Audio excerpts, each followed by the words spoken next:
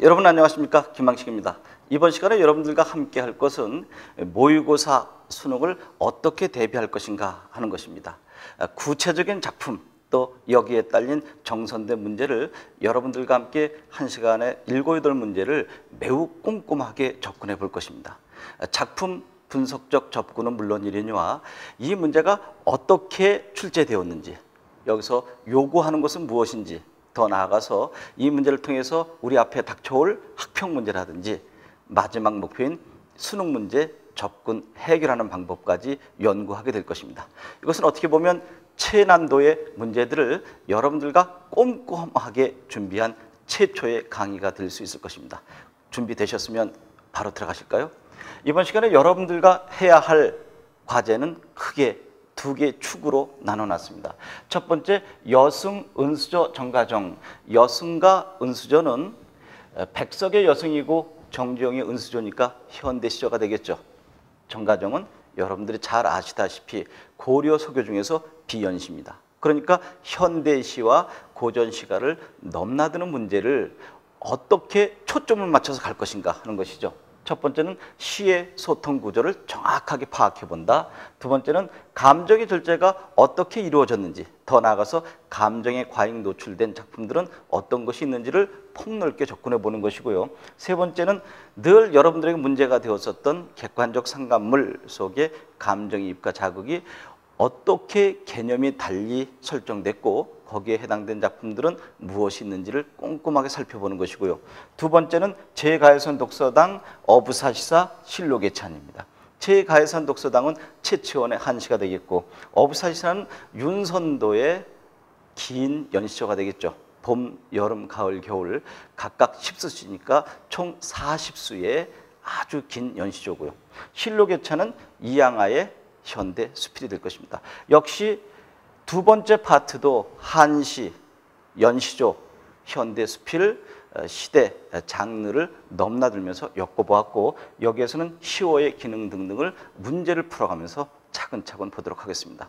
여러분들에게 제공된 파일을 꼼꼼하게 보시면서 저하고 문제를 접근해 보실까요? 첫 번째, 다음 글을 읽고 물음에 답하시오. 3개의 작품을 주고 3문제를 냈습니다. 첫 번째 한번 보실까요? 여승인데요. 백석의 작품입니다. 먼저 이런 작품들을 분석적으로 접근하려면 가장 좋은 방법은 외제적 접근 방법이겠죠. 작가가 누군지, 또 작가가 어떠한 삶, 즉 생애를 살아왔는지, 작가가 산 현실은 어떤 것인지, 그 현실을 극복의 의지를 가지고 접근했는지, 좌절감과 상실감에 빠져 있는지 등등을 하나하나 찾아보는 것이 좋은데, 만약에 그 작가가 누군지 모른다고 한다면 결국 내재적 접근 방법이 이루어져야 되지 않을까요? 그래서 항상 문학 작품은 그 작품 자체를 놓고 접근해 보는 것이 훨씬 더 중요합니다. 많은 작품들을 공부한 사람들이야 한번 딱 보면서 아, 이것은 어떤 것이구나, 주제의식까지 한 번에 잡아냈으면 얼마나 좋겠습니까? 그러나 이 세상에 있는 작품들은 정해져 있는 것이 아니고 수천 개, 수만 개 되는 것 중에서 출제자들 임의로 뽑아내기 때문에 우리가 모두 다 할 수는 없잖아요. 물론 최선을 다해서 상당히 많은 작품들을 공부한다면 도움이 되겠지만, 보지 못한 작품도 접근하는 비법, 우리가 훈련을 쌓아야 할 것입니다. 백석 일제시대 때 작가다. 김소월과 더불어서 향토적인 색채를 많이 짙게 들여낸 작가다라고 하는 정도로 살펴보고 작품 자체를 분석해 보겠습니다. 여승은 합장하고 절을 했다. 항상 작품 분석할 때 하나의 그림으로, 영상으로 떠올려 보는 것도 좋습니다. 여러분들이 드라마 속에 빠져 들어가고 있는 것입니다. 여승은 합장하고 절을 했다. 지금 시적 화자인 1인칭 관찰자인 내가 앞에 있는 여승을 바라보고 있는데 깊은 산사에서 나를 보면서 이렇게 절을 한 것이죠. 야, 저 사람 어디서 봤더라 하는 것부터 시작이 되겠죠. 가지치의 냄새가 났다. 가지치라고 하는 것은 산나물이니까 세속을 벗어난 산사의 냄새가 났구나. 쓸쓸한 낯이 옛날같이 늙었다. 나는 불경처럼 서러졌다. 산사에 있지만 왠지 모르게 세속적인 슬픔, 이런 것들이 그대로 배어나는구나 하는 것을 엿볼 수 있겠죠. 평안도의 어느 산 깊은 금전판, 나는 파리한 여인에게서 옥수수를 샀다. 여인은 나어린 딸아이를 따리며 가을 밤같이 차게 울었다. 저분은 분명히 금강 근처를 왔다 갔다 옥수 장사를 하면서 누군가를 찾았던 것 같다. 아, 그것은 10년 전에 돈 벌겠다고 나간 남편을 찾았는데 남편이 돌아오지 않아서 결국 옥수수 행상을 하면서 생계를 유지하면서 또 딸을 옆에 데리고 다니면서 남편을 찾았구나. 그 사람에게서 내가 옥수수를 산 기억이 나지? 그런데 그 아이가 칭얼칭얼대면서 울고, 그것은 배고프고 또 몸이 아프고 해서 울었을진데 가슴 아프지만 또 때려주기까지 하는 것이죠. 그런데 그 아이조차도 죽어서 저 돌무덤 속에 묻혔다라고 하는 아주 비극적인 현실이 짙게 깔려 있는 것이죠. 섣벌같이 나아간 지아비 기다려 10년이 지났다. 지아비는 돌아오지 않고 어린 딸은 도라지꽃이 좋아 돌무덤으로 갔다. 이 부분이 가장 시적 표현이 나타난 부분 아닌가요?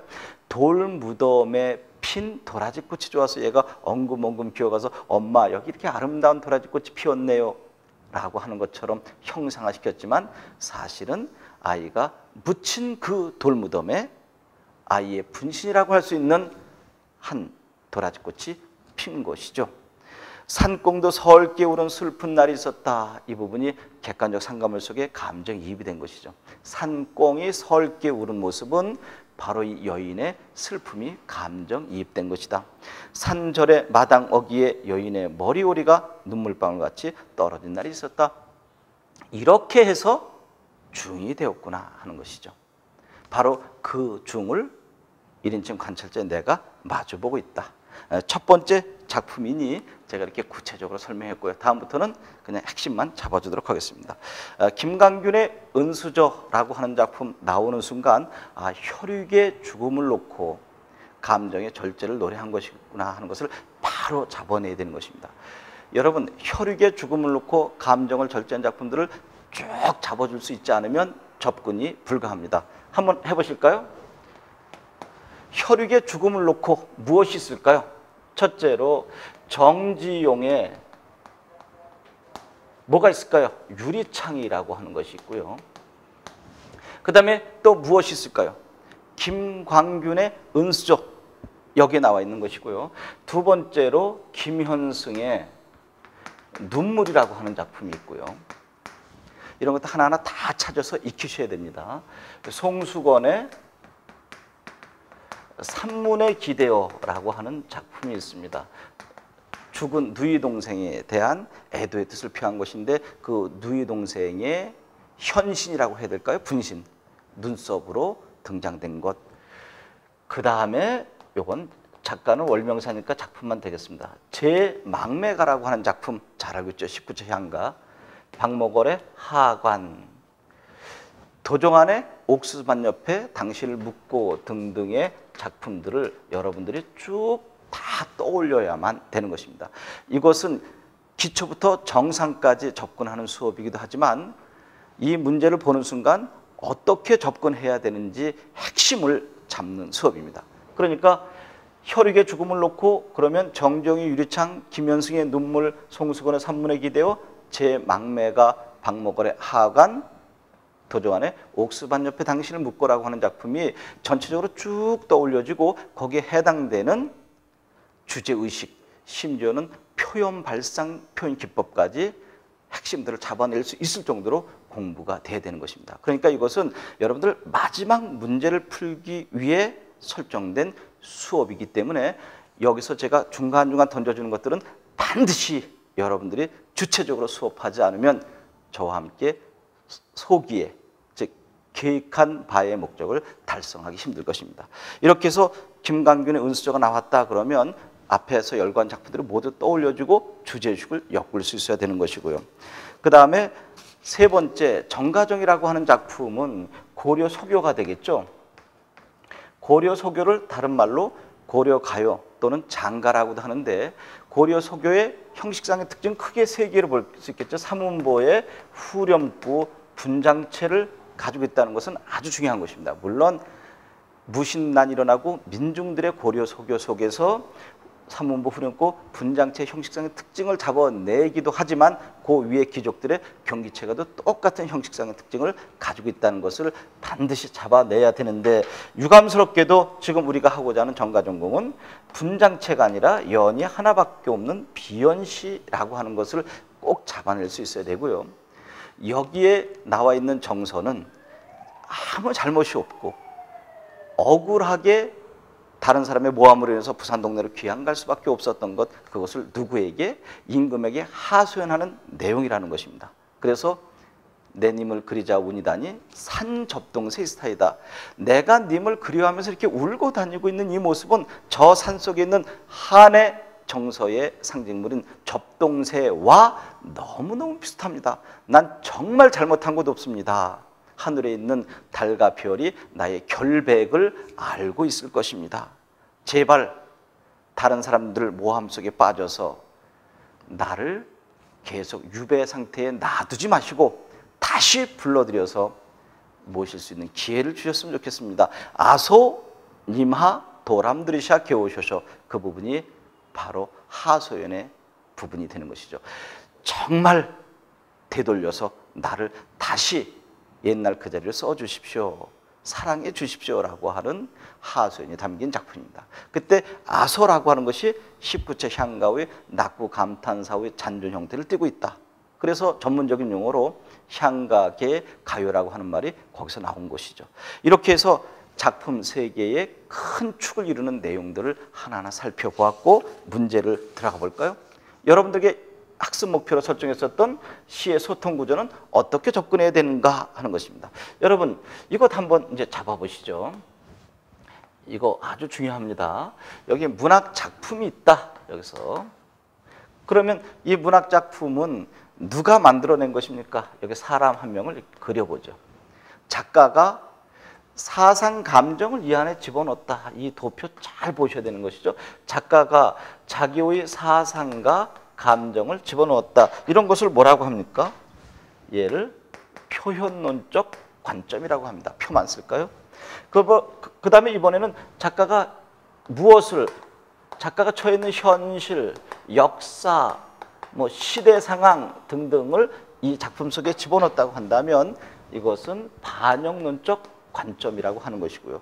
이번에는 독자의 입장에서 이 작품을 어떻게 받아들였는가 하는 것입니다. 독자는 이 작품을 읽고 난 다음에 감동과 또 쾌락, 더 나아가서 교훈을 얻었다라고 한다면 이것을 효용론적 관점이라고 하는 것입니다. 효용론적 관점이라고 하는 것을 다른 말로 수용론적 관점이라고도 하고요. 여러분, 이거 아주 중요한 것입니다. 작가가 사상과 감정을 작품 속에 집어넣었다, 표현론적 관점. 현실, 역사, 시대적 상황이 작품 속에 들어가 있다, 반영론적 관점. 독자가 그 작품 속에서 감동, 쾌락, 교훈을 얻어냈다, 수용론적, 효용론적 관점. 이거 굉장히 중요한 것입니다. 이제 이렇게 만들어진 것을 외제적 접근 방법이라고 하는 것이죠.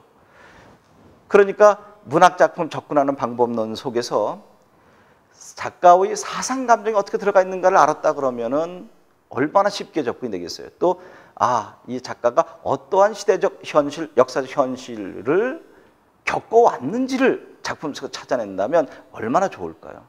그리고 여러분들이 한 독자로 설정에 대해서 이 작품 속에서 나 이러이러한 교훈과 감동을 얻었어 라고 한다면 작품 다 이해된 것 아닐까요? 그것을 살펴보는 것을 외제적 접근 방법이라고 하는데, 이것은 작품을 잘 알았을 때 해당되는 것이고요. 전혀 모르는 것일 때는 어떻게 해야 되는가 하는 것이죠. 그것을 내재적 접근 방법으로 갈 수밖에 없는 것인데, 내재적은 작품 자체만 놓고 보는 것입니다.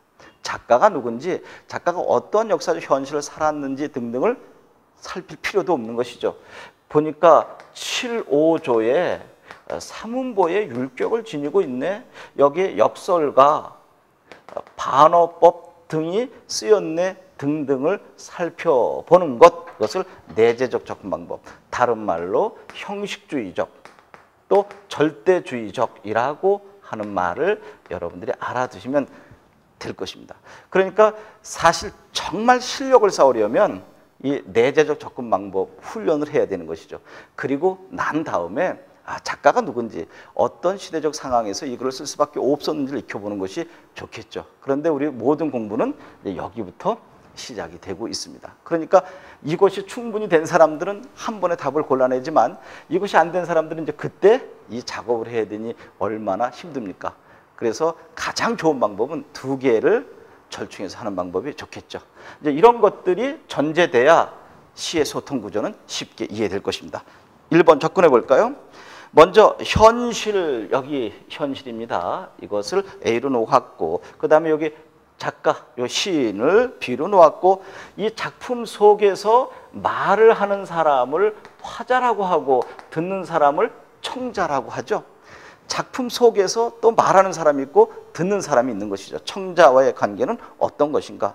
그리고 여기에 독자는 무엇을 얻어냈는가 하는 것을 정확하게 잡아내는 문제, 이게 바로 시의 소통구조 접근 방법입니다. 그러면 충분히 앞에서 백석의 여승을 이야기해 드렸으니까 잡아낼 수 있을 것입니다. 1번 1930년대 일제강점기 하에서 착취와 억압으로 인해 파괴된 가족 공동체의 모습을 한 여인의 비극적 삶을 통해 밀도 있게 보여주고 있다. 현실이 1930년대 일제치하의 시대적 암담한 현실이 들어가 있구나. 정확하게 파악됐죠. 그러니까 이것을 미리 알아야 되는 것 아닌가요? 2번 작품 속의 상황은 시인의 상상 속에 있는 세계이다 그랬는데요. 여기에서 시인은 누군가요? 백석이라고 하는 사람인데 이거 백석이 이 작품 속에 있는 상황을 어떻게 만든 것이다? 상상 속에 있는 것이 아니라 실제로 일제치하에서 경험을 한 것이다 라고 하는 것이 챙겨져야 되는 것입니다. 그러니까 이 백석은 이 속에 있는 상황을 상상으로 만들어낸 것이 아니라 저기에 저 여승이 이렇게 됐겠구나. 드라마처럼 꾸며낸 것이 아니라 실제로 경험한 세계를 이야기한 것이다. 그래서 백석의 그 밖의 작품들을 보면 쉽게 연결될 수 있습니다. 이런 것들을 잘 챙겨 주셔야 되는데 백석의 8원이라고 하는 것. 여러분 이제 이게 저와 함께 공부하는 가장 큰 특징이 되는 것입니다. 백석의 8원이라고 하는 시 꼭 좀 잡아내 주시고요. 두 번째로 이것은 제가 크게 읽어드릴 테니까 여러분들 익히면 되는 것입니다. 남신이주 유동 박시봉방이라고 하는 작품을 꼭 좀 잡아줘야 됩니다. 백석의 8원, 남신이주 유동 박시봉방 등등의 작품을 보게 되면 이것은 일제의 암담한 현실이 이렇게 처절하게 들어가 있는 것이구나. 실제로 경험하고 또 간접적 체험이나마 상황을 본 것, 이런 것들이 모두 여기에 드러나 있을 것입니다. 그리고 일제하에 가족 공동체가 붕괴되어 살아가는 암담한 현실들이 어떻게 작품 속에 들어가 있는가 하는 것도 백석의 그 밖의 작품 속에서 얼마든지 볼 수 있습니다. 그 다음에 3번 시를 볼까요? 작품 속의 화자를 볼까요? 화자는 자신의 이야기를 말하고 있는 것이 아니라 관찰자 입장에서 자신이 알고 있는 한 여인의 비극적 인생사를 이야기하고 있다 그랬잖아요. 그 다음에 D, 청자입니다. 청자가 누군지는 작품 속에 구체적으로 드러나 있지 않다. 작품 속에 너라고 하는 그 대상이 드러나 있지 않고 있다. 5번, 이 시를 읽고 나니 우리 민족 한의 정서를 느낄 수 있었다. 독자 입장에서 보니까 그래, 우리 민족 한의 정서, 남편도 잃고 자기 딸도 잃고 일제의 암담한 현실 속에서 우리 조선 민중이 정말 살 수 없었겠구나, 얼마나 슬펐을까 하는 것을 얻어낸 것이죠. 이게 바로 효용론적 관점이 되는 것이죠. 이렇게 해서 1번 문제를 정확하게 잡아냈습니다. 정답은 2번이 되겠고요. 2번 문제 가볼까요? 나와 같이 혈육을 잃은 비통한 심정을 절제되는 표현된 작품이 아닌 것은, 그러면 아까 여기서 혈육의 죽음을 놓고 감정에 절제된 작품이 아닌 것을 골라라. 그러면 4개는 절제된 작품이고 하나는 감정이 과잉 노출된 작품을 잡아낼 수 있겠죠. 다시 한번 정리해 보도록 하겠습니다. 정지용의 유리창, 김현승의 눈물, 송수건의 산문의 기대요, 월명사의 제 막매가 박목월의 하관, 도정안의 옥수반 옆에 당신을 묻고. 반대로 감정에 과잉 노출이 된 작품들이 있을 수 있다. 이런 것들을 미리 알아둔다면 쉽게 잡아낼 수 있지 않을까요? 서정주의 귀척도라고 하는 작품이 있고요. 귀척도, 내 사랑하는 님이 죽어 저승으로 가고 있는데 내 이 부질없는 머리카락을 내가 누구를 보여주기 위해서 길게 기르고 있어야 되는가? 이것을 인양 잘 드는 칼로 베어서 님이 저승으로 갈 때 메뚜리 신발을 만들어 주었으면 얼마나 좋았을 걸 하면서 후회와 한이 나왔다는 것은 이미 감정이 과잉 노출된 것 아닐까요? 그 부분을 잡아준다든지, 김소월의 초혼이라고 하는 작품 있죠. 내 사랑하는 님이 죽었습니다. 그 혼을 부르는 그 작업 속에서 내가 대신 죽었으면 좋겠다라고 하는 무덤 옆에서 막 몸부림치는 그 현상을 한번 떠올려 보시면 알지 않을까요? 내가 대신, 너 대신 죽었으면 얼마나 좋을까라고 하는 장면들. 주요한의 불놀이라고 하는 작품들. 물론 혈육의 죽음을 놓고 접근한 것은 아니지만 감정이 과잉 노출된 작품으로 광복의 그날이 오기만 하면 나는 내 백가죽을 찢어서 종로 거리에 북을 둥둥 치며 다니겠다라고 한 시문의 그날이 오면이라고 하는 작품도 있습니다. 상록수의 작가 시문이 그날이 오면이라고 하는 감정의 과잉, 격정적 노출을 이야기한 작품이 있었다. 이런 것들을 미리 공부해 두었다면 이건 한 번에 풀릴 수 있는 건 아닐까요? 정정의 유리창, 김현승의 눈물, 송수건의 산문에 기대어, 월명사 제망매가, 박목월의 하간, 도정안의 옥수반 옆에 당신을 묻고, 감정의 과잉 노출은 서정주의 귀척도, 김소월의 초혼, 시문의 그날이 오면, 주요한의 불놀이 등등의 작품을 여러분들은 이제 하나하나 모두 잡아서 전체 내용이 어떻게 되는지, 거기에 주제가 또 대표적인 소재의 특징들이 어떤 것들이 있는지를 이제 저와 함께 제가 이렇게 큰 틀을 축을 잡아주면 여러분들은 이제까지 보았었던 것을 더 확실하게 접근해 가는 것이 마지막 문제를 해결하는 방법입니다. 그러니까 이 수업은 제가 일일이 모두 다 던져주는 것이 아니라 큰 축, 점을 찍어주면 여러분들이 저와 함께 빠뜨렸었던 것, 소홀히 했었던 것을 함께 손을 잡고 엮어가는 수업이라고 할 수 있겠죠. 2번 보니까 1번에 송수건의 산문에 기대어 바로 나왔습니다. 그 다음에 신이나 삼아줄 걸 슬픈 사연에, 이것은 뭘까요? 서정주의 귀척도. 그러면 1번은 송수건의 산문에 기대어, 2번은 서정주의 귀척도. 하나는 감정의 절제, 하나는 노출. 바로 나왔죠. 그 다음에 3번 어느 가을 이른 바람이 이해저에 떨어지는 잎처럼 하단가지에 나고, 이것은 월명사의 제망매가 19제 향가의 대명사처럼 쓰이는 좋은 작품이죠.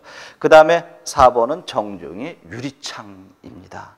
지우고 보고 지우고 보아도 새까만 밤 밀려나고 밀려와 부딪히고, 특히 외로운 황홀한 심사위원이라고 하는 역설적 표현이 아주 중요한 부분입니다. 꼭 좀 잡아내시고요. 그 다음에 김현승의 눈물. 김현승의 눈물은 조금 보충 설명해 드릴까요? 여기에서 눈물이라고 하는 것은 순수의 결정체로 본 것이고요. 이것과 대응되는 것을 열매로 보았습니다. 여러분 이거 도식화되는 거 잘 봐야 되고요. 같은 입장에 있는 것을 대응이라고 하고, 이 대립적 이미지의 시호는 뭘까요? 눈물의 반대는 웃음이 되겠고, 그러나 웃음과 대응되는 것은 무엇일까요? 화려한 꽃이죠. 그런데 꽃과 열매는 역시 눈물과 웃음처럼 대립적 이미지에 있는 것이죠. 여기서는 이것을 긍정적인 측면으로 보고 있다. 그래서 눈물과 열매는 영원한 것이다. 이렇게 접근한 것이죠. 그래서 이번 문제는 감정의 절제, 감정의 과잉 노출을 정확하게 잡아내서 서정주의 귀척도가 정답이 되겠습니다. 3번이죠. 객관적 상관물이라고 하는 것, 여기서 다시 한번 설명을 해드려야 되겠죠. 객관적 상관물과 많은 사람들이 감정이입의 차이점이 무엇입니까? 라는 질문을 하는데, 저는 이것을 여러 번 강조했었죠. 객관적 상관물과 감정이입의 관계가 아니라 객관적 상관물 속에는 감정이입과 또 나의 감정을 자극시키는 반대의 개념, 즉 대조적인 개념을 자극이라고 하는 말로 저는 명명했습니다. 이름을 붙인 것이죠. 이것을 empathy라고 하고요. EMPATHY가 감정이입이라고 하는 말이고, STIMULUS 스티뮬러스가 이렇게 톡 건드리면 자극이 일어나는 것처럼 객관적 상관물은 오브젝티브 코렐러티브라고 하는 전문적인 용어 속에 엠퍼시, 스티뮬러스, 감정이입과 자극이 있는데 결국 내 쓸쓸하고 외롭고 고독한 감정을 앞에 있는 관련된 대상물 속에 투영시켰다면 아, 너도 나처럼 그렇게 슬프고 고독하고 외롭구나. 그때 감정이입이 되는 것이고요.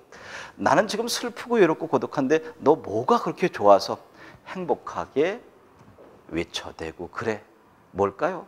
나는 치희를 잃고 슬픈데 너희 황조, 암수는 뭐가 좋아서 그래?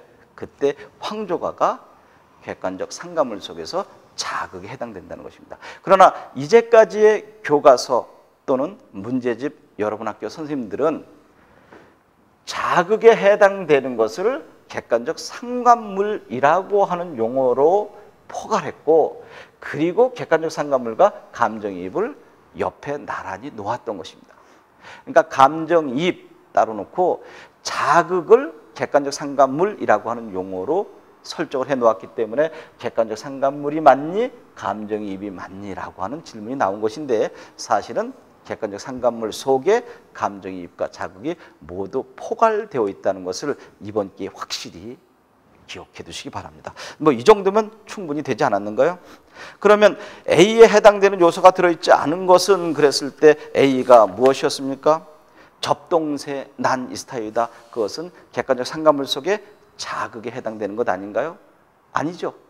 자극이 아니라 감정이입이 되는 것이죠. 그렇다면 1, 2, 3, 4, 5번의 선택지 속에서 감정이입을 A로 놓고 자극을 B로 놓았을 때 여기 A에 해당되는 것이 어떤 것들이 있을까 하는 것을 잡아내 줄 수 있어야 되는 것이죠. A, 감정이입에 해당되는 것 여러분 이제까지 공부한 것 쫙 될 수 있어야 됩니다. 한번 대볼까요?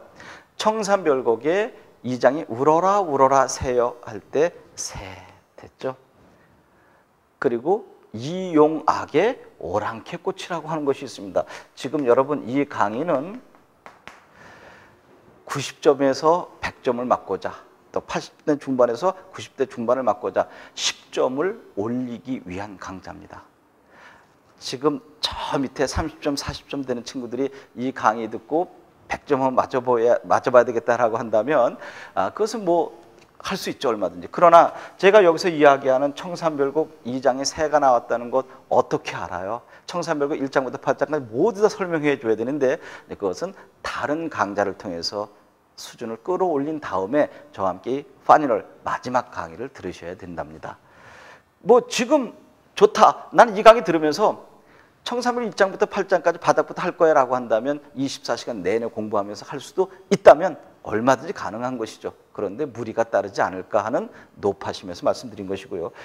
여기서도 이용학의 오랑캐꽃 그러면 아 그렇구나. 이용학의 오랑캐꽃 그래 그 작품 속에 오랑캐꽃이 감정이입이었단 말인가 하고 탁 건드려주는 수업이 이것입니다.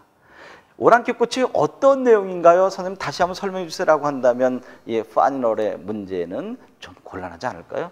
그렇다면 오랑캐꽃과 같이 엮을 수 있는 것은 무엇일까요? 김동명의 파초라고 하는 현대시를 잡아줄 수 있어야 될 것이고 또 무엇이 있을까요? 하나만 더 접근해 볼까요? 단종을 폐위시킨 세조에 불만을 품었던 사람들이 참 많았습니다. 이계라고 하는 사람의 시조 중에 저 촛불 내 속마음과 같아서 속 타는 줄 모르고 거칠은 눈물을 흘리고 있구나라고 하는 이계의 시조라든지 왕방연과 원호가 단종을 생각하면서 물을 바라보고 슬픔을 투영한 나의 눈물로 표현한 쯤말리 머나먼 길에 등등의 시조를 잡아낼 수 있어야 될 것이고요. 송미인곡, 삼위인곡, 관동별곡, 유산가 등등을 또 다 찾아서 거기서 또 잡아내줘야 되는데 조금 전에 썼던 어느 작품에서 백석의 여승에서 산꿩이 설게 울었다 했을 때 이 부분도 당연히 감정이입이 되는 것이고요. 그 다음에 관동별곡에서 여러분 사음보가 육음보의 파격이 이루어진 부분에서 영농 벽계 수성 대도할 때 벽계 대도를 잡아낼 수 있어야 될 것이고요. 망고대 혈망봉 잡아낼 수 있어야 될 것이고요. 또 유산가, 유산가가 뭐지? 유산가 여러분들 바로 떠올려줘야 됩니다. 조선후기의 가사에 영향을 받은 경기도 지역의 12잡가죠. 봄을 유람하고 경쾌하게 명랑하게 봄날에 아름다운 산을 노래한 작품이 있죠. 거기에 보면 소나무가 바람 위에서 흔들리는 것을 보고 우주르줄 춤을 춘다라고 한 그 부분, 이런 것들을 모두 객관적 상감을 속에 A, 감정이입으로 접근할 수 있어야 되는 것입니다. 이것 말고도 훨씬 더 많은데 그때마다 여러분들이 이거 있습니다 라고 저에게 대결 정신을 갖고 도전했을 때 마지막 문제까지 맞출 수 있는 것 아닌가요? 두 번째로 비에 해당되는 것은 자극이죠. 조금 전에 이야기했었던 황조가에서 황조라든지 펄펄 나는 적개골에 했을 때 황조라든지 동동에서 정월령, 사월령에서 흘러내리는 물이 왜 그렇게 다정해 보여? 나는 혼자 외롭게 살아가는데 사월령에 보니까 내 녹사님은 나가서 돌아오지 않는데 작년에 나갔다가 너 깨꼬리는 잊지 않고 왔구나 했을 때 사월령과 정월령은 1월령이죠. 1월령과 사월령에 나와 있는 동동, 이런 것들이 모두 다 객관적 상감을 속에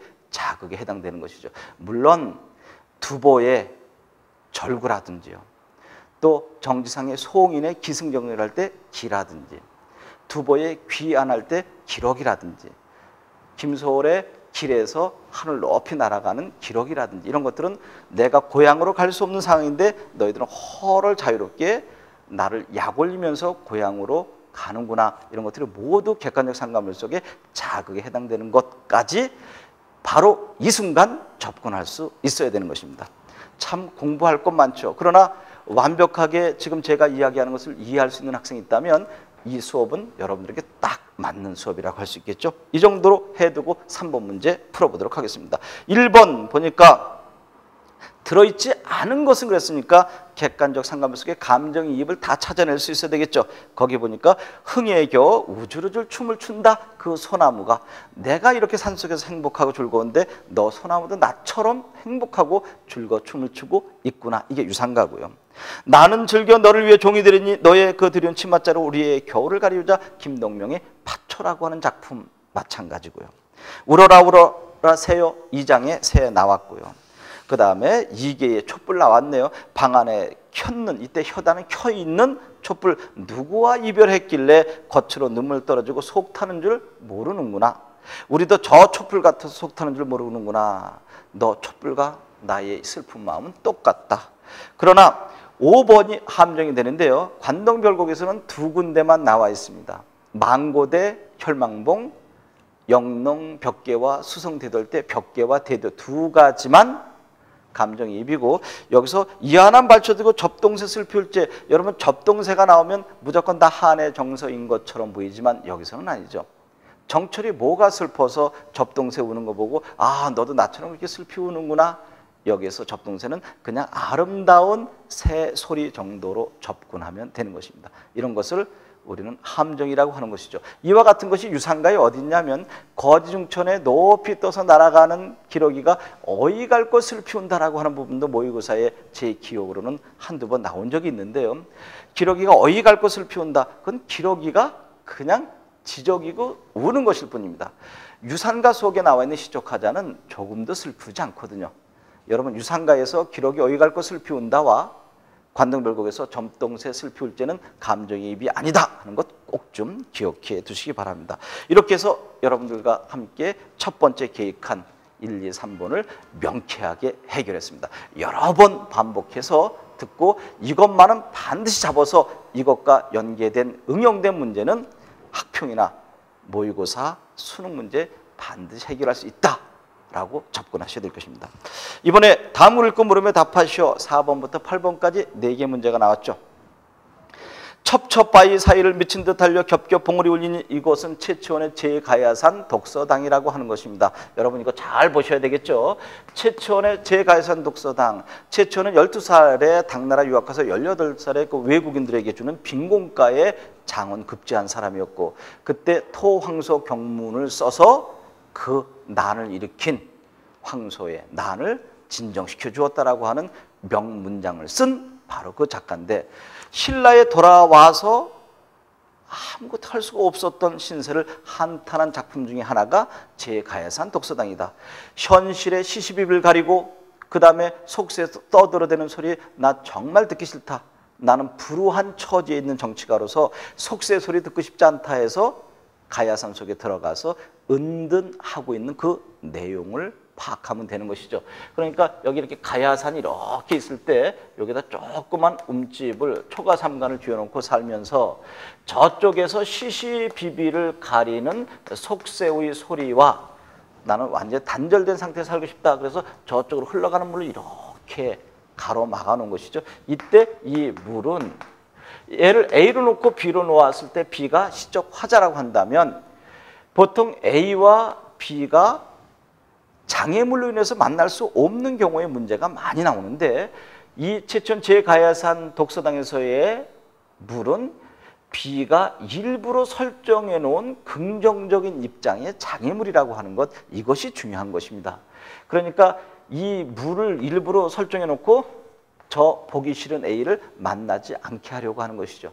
이제 이러한 성격을 잡아내는 것이 여기에 나와 있는 아주 중요한 문제가 된 것이죠. 그러면 대부분의 문제들은 이 A와 B를 가로막고 있는 이 장애물이 어디 어떻게 나와 있는가 하는 것을 이제 대부분 작품 속에서 찾아줘야 되는 것인데 이제 그것을 한번 몇 개 찾아보겠다는 것이죠. 이것도 공부가 완전히 된 사람들이 접근해야 되는 것입니다. 첫째, 무엇이 있을까요? 공무도화가에서 첫 번째 행물, 두 번째 행물, 세 번째 행물. 첫 번째 물은 사랑, 두 번째 물 이별, 세 번째 물은 사별, 죽음인데 그 두 번째의 물 바로 B가 그토록 님 A를 만나고 싶은데 이 물이 가로막고 있어서 A를 만날 수 없다 할 때 그 물이고요. 서경별곡을 한번 볼까요? 서경별곡에 보면 대동강으로 인해서 저쪽으로 넘어갈 남편이 대동강 가로막혀서 만날 수 없다면 얼마나 슬픈 일입니까? 이것도 장애물에 해당되는 것이죠. 그 다음에 또 뭐가 있을까요? 규언가 한번 보겠습니다.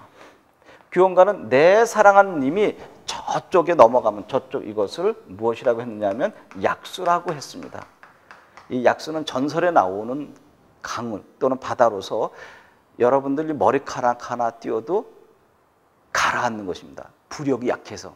그러니까 거길 뭐 헤엄쳐서 건널 수 있겠습니까? 배를 타고 가겠습니까? 머리카락이 가라앉는데 배인들 가라앉지 않겠습니까? 바로 그 약수가 가렵간데라든지 견우와 직녀를 만날 수 없게 만든 것이 무엇입니까? 은하수 이런 것들이 모두 다 어디에 해당된다? 여기에 해당되는 것이고요. 그럼 이제 이 니은, 즉 얘를 니은이라고 한번 봤을 때 B에서 저 A를 만나지 않으려고 일부러 설정해 놓은 것, 이것 정말 중요한 것인데 저는 이제까지 본 문제 중에서 이 문제가 제일 어렵다고 생각하는데요. 여기에 어부사시사에 아주 유사한 문제가 있었다는 것입니다. 어부사시사에 보면은 머흔 구름, 저 험난한 구름과 바다에서 파도 치는 물결 소리 할 때 여기서 머흔 구름, 머흔 구름은 다른 작품 속에서 보면 험난한 구름에서 간신배를 이야기할 수 있고요. 여기서 파랑성도 저 시끄럽게 파도치는 물소리 부정적으로 볼 수 있는데 바로 이 험난한 구름과 파도치는 물결 소리가 여기 있는 나를, 여기 있는 나는 윤선도가 되겠죠. 윤선도 어부사시사니까 저쪽에 있는 속세를 가려주는 제가야산 독서에서 물과 같은 개념이 먼 구름과 파랑성이라고 하는 것입니다. 큰 범주로 본다면 여기에 나오는 것 모두 다 A와 B를 가로막고 있는 장애물이지만 이것을 세분화시키면 위에 있는 것은 없어져야 할 장애물이지만 니은에 있는 것은 B에서 일부러 설정한 긍정적인 장애물이라고 하는 것. 여기까지 접근된다면 이제 문학의 끝까지 간 것 아닐까요? 이 정도로 접근해 보도록 하겠습니다. 그 다음에 그 나작품 어부사시사는 앞에서도 이야기했지만 추나추동해서 총 10수씩해서 40수가 나오는 아주 장편의 연시조라고 했는데 여기 몇 개 나와 있는 것 하나하나 보겠습니다. 이제 봄에 6번째 나와 있는 거죠. 석양이 빛겨시니 그만하여 돌아가자. 이제 석양이 비스듬히 해가 뉘엿뉘엿 넘어가려고 하니 이제 그만하고 돌아가자. 돛 뛰어라 돛 뛰어라. 이건 뭘까요? 돛을 내려라 돛을 내려라. 안류 정한한 고비고비 새롭구나. 이것은 물가에 버들꽃은 고비고비 새롭게 지금 푸르푸르 빛나고 있구나. 지극청 지극청 어싸와. 이것은 삐그덕 삐그덕 어기 여차라고 하는 노를 짓는 의성어에 해당되는 것이겠죠. 삼공을 분리소냐 만사를 생각하랴. 삼공은 영의정, 좌의정, 위정을 이야기하는 것이죠. 오늘날의 국무총리 장관급 부러워할 리가 있겠는가? 나는 아무도 부러워하지 않는다. 만사를 생각하라. 온갖 세상 일을 내가 생각하겠는가? 생각하지 않겠다. 즉 여기에서 나는 이렇게 지내겠다. 이것을 가려주고 있는 것이 이제 먹은 거니까 파랑성이 나와 있는 것도 있겠죠. 이렇게 해서 봄을 이야기했고, 여름이 가장 대중적으로 나와 있는 것이죠. 두 번째, 연잎이 밥 싸들고 반찬을 한 장만 마라. 연꽃 잎에 연잎하게 이렇게 토란잎처럼 넓적하죠. 거기에 밥을 싸서 가지고 야외로 가는 것이죠. 근데 반찬은 장만하지 말아라. 왜? 낚시질 고기 잡아서 매운탕 끓여 먹으면 되니까요. 닷 들어라 닷 들어라 닷을 들어라 닷을 들어라 청량잎을 써놓으라. 내가 여기에 삿갓은 쓰고 있으니까 도롱이 비옷만 준비해 가지고 오너라. 지극청 지극청 어싸와 무심한 백군한 내줬는가 제줬는가. 이 부분이 이제 가장 중요한 부분이죠. 백갈매기는 자연이고요. 나는 문명 인간이 되는 것 아닌가요? 근데 내가 백갈매기를 따라가는 것인지 백갈매기인 자연이 나를 따라오는 것인지 도대체 모르겠다. 여기에 해당되는 것을 우리는 자연 친화라고 하는 말이죠. 사물과 내가 하나가 되었다. 무라 일체가 되는 것이죠. 또 주와 객이 하나가 됐다. 주객일치 이런 것들, 또는 주객일체 이런 것들이고요. 또 사물과 마음이 하나가 됐다. 이것을 물심일여 이런 것들은 다 자연에 완전히 동화된 삶을 이야기하는 것입니다. 가을 볼까요? 기러기 떴남 밖에 못 보던 매 보는구나. 기러기가 날아가는 저 밖에 내가 못 보던 산이 나타나 보이는구나. 이어라 이어라 배를 저어라 배를 저어라. 낚시일도 하려냐 취한 것이 이흥이라. 낚시일도 하겠지만 내가 취하려는 것이 바로 이 새로운 자연을 즐기는 흥취로구나. 지극청 지극청 어싸와 석양이 바이니 천산이 금시로다. 석양이 눈이 부시니 석양이 이렇게 쫙 비치니까 온 산이 비단에 수 놓은 것처럼 아름답게 보이는구나. 그래서 우리는 금수강산이라고 했을 때 비단에 수를 놓은 것이죠. 겨울입니다. 물가에 외로운 솔 혼자 어이 씩씩한 것. 저 물가에 외로운 소나무 혼자 어이 저렇게 씩씩한가? 바로 저 외로운 소나무 혼자 씩씩한가? 누구? 자기 자신을 그렇게 표현한 것이니까 저 물가에 있는 소나무를 자기 자신으로 본 것이죠. 씩씩한 모습 동일시한 것이죠.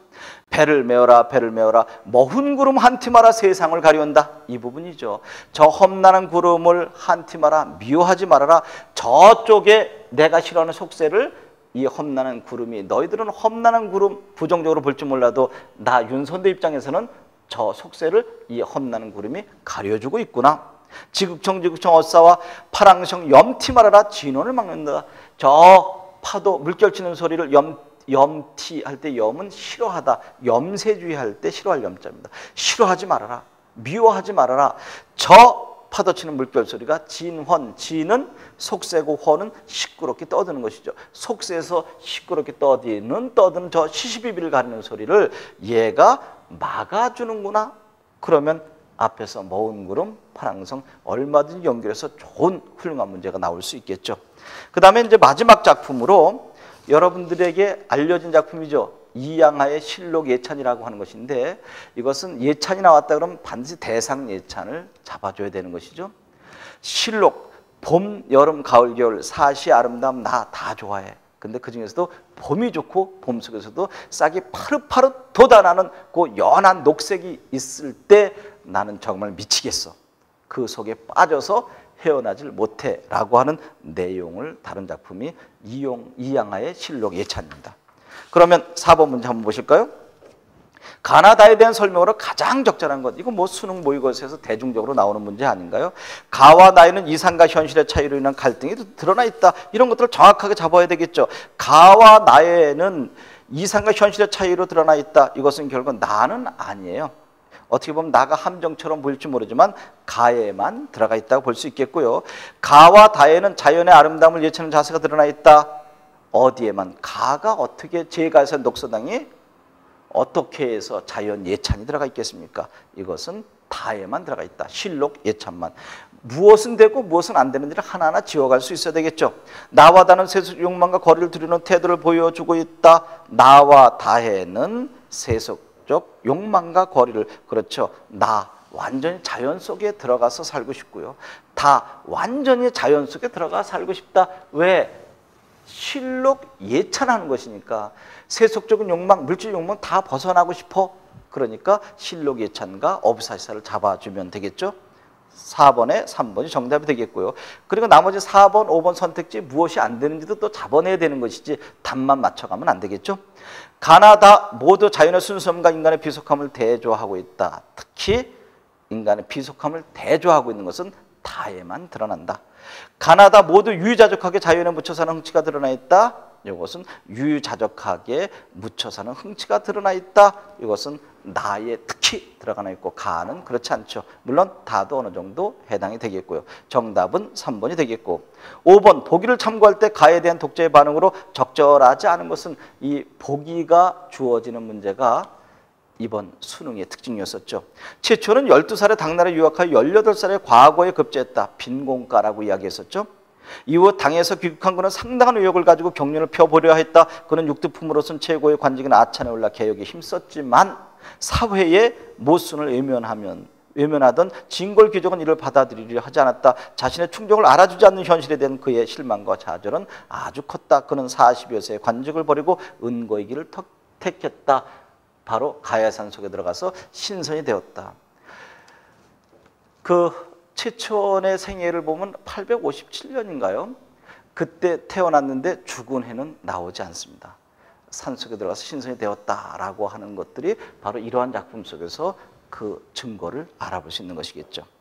적절하지 않은 것, 산은 시적 화자가 응거하는 공간이 되겠군. 시적 화자가 응거하는 이유를 짐작할 수 있겠어. 시비하는 소리를 차단하고 싶은 심리가 드러나 있군. 당연하죠.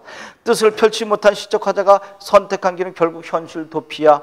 개혁을 외면하는 현실을 말소리도 분간케 어려워라고 표현했다. 아니죠. 이건 이 작품을 정확하게 파악하지 못한 것이죠. 시시비비를 가리는 세속적인 말, 이런 것을 듣지 않아 참 좋겠다. 일부러 가리게 한 것이니까. 5번이 되겠고요. 6번, 나의 기억 미움에 대한 설명으로 적절하지 않은 것은, 이건 제가 하나하나 다 설명해 주었으니까 쉽게 접근할 수 있겠죠. 기억 무엇인가요? 지극청 어싸우는 의성어라고 해줬고, 니은은 무엇일까요? 넌잎에 밥 사두고 반찬으로 장만 말아 소박하게 살아가는 삶의 모습, 어떻게 보면 안빈낙도적 삶이라고 볼 수 있겠죠. 디귿은 무엇일까요? 무심한 백구, 이것은 자연과 합일된 경지, 한 번에 잡아낼 수 있겠고, 리을은 무엇일까요? 석양의 바인이 천산의 금수로다. 자연의 아름다움을 비유적으로 표현했죠. 비단, 수놓은 것으로.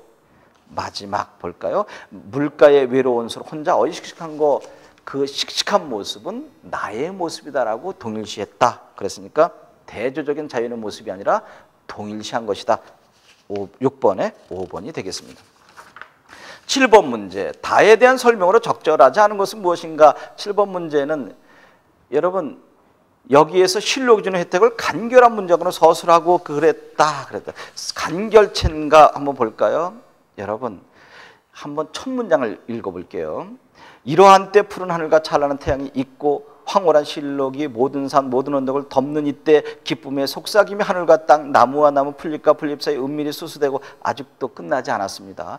그들의 기쁨의 노래가 금시라도 우렁차게 터져나와 산과 들을 흔들 듯한 이러한 때를 당하면 아직도 나오지 않았습니다. 쭉쭉 해서 어디가 끝인지 모를 정도로 이어져 내려가고 있죠. 쉼표는 100개, 1000개, 10,000개가 나와도 하나의 문장이 아닌 것입니다. 마침표 나올 때까지의 하나의 문장인데 이것은 어디가 끝인지 모르죠. 대표적인 만연체의 문장이라고 할 수 있습니다. 나머지는 여러분 큰 문제가 없고요. 마지막 문제입니다. 나의 시호 중에서 물과 유사한 기능을 가지고 있는 것은 앞에서 이야기했었죠. 공무도화가는 어디에 해당된다? B가 A를 정말 만나고 싶은데 요놈 때문에 못 만났다. 그 다음에 대동강, 서경별곡의 대동강 역시 마찬가지고, 그 다음에 송민곡에서는 도대체 어느 부분인가? 산에 올라가서 님을 바라보려고 하는데 구름과 안개가 껴있고 거기 밑줄 쳐 있죠? 그러면 바닷길로 한번 가볼까 하는데 바람과 물결, 풍랑이 쳐서 님을 만나지 못하게 하는구나. 그러니까 당연히 B가, 즉 시적하자가 A 님을 만나고 싶은데 바람, 물결, 구름, 안개가 여기에 해당되는 것이죠. 그 다음에 차라리 물가에 가서 은하수, 아까 견우직녀에 있어서 은하수라든지 규원가에서 약수 모두 다 B가 A를 만나고 싶은데 장애물 때문에 못 만난다로 가야 되지만, 그 다음에 5번은 조금 전에 어부사시사 겨울에서 나왔었던 먹은 구름과 파랑성은 결국 무엇과 똑같다? 제가 쓴 독서장에서 일부러 설정해 놓은 물과 똑같다라고 했습니다. 이렇게 해서 여러분들과 함께 여러 개의 작품들을, 고전문학과 현대문학을 넘나드는 작품들을 설정해 놓고 여기 해당되는 좋은 문제들을 선정해서 여러분들과 함께 약 50분 동안 풀어봤습니다. 여러분, 여기서 느낀 점은 무엇입니까? 마지막 단계로 가려면 수많은 문학 작품들이 충분히 공부되어 있어야 되는구나. 그리고 그 문학 작품 각각에 대한 주제의식, 표현 발상, 또 소재 기능 등을 정확히 파악하고 있어서 그것을 다른 작품들과 연계할 수 있어야 되는구나. 기망식 수업을 들으려면 충분히 공부된 상태에서 마지막 안 되는 부분들을 해결해야 되겠구나 하는 것을 느끼지 않으셨습니까? 만약에 이 강의를 들으시면서 제가 여기서 거론한 수많은 작품들을 이제 처음 들어라고 한다면 지금 이 순간부터 더 열심히 분발하셔야 되지 않겠습니까? 그러나 다행히도 제가 이야기한 것을 90%, 95% 이상 작품들을 듣고 연계해 나갈 수 있다면 여러분들에겐 참으로 소중한 수업이 될 것입니다. 이 수업은 10점 올리는 수업입니다. 문학 작품들뿐만 아니라 비문학, 어휘어법도 여러분들에게 꼭 필요한 문제라고 한다면 이 자리에서 생성해서 여러분들과 함께 1시간에 7, 8문제를 꼼꼼하게 차근차근 원리부터 마지막 적용까지 해결해 드릴 것입니다. 여러분, 다음 시간에 어떤 문제가 어떻게 출제될지 기대되지 않으십니까? 열심히 공부한 이 시간 저 충분히 만족합니다. 다음 시간에 더 멋진 모습으로 뵙도록 하겠습니다. 여러분 사랑합니다.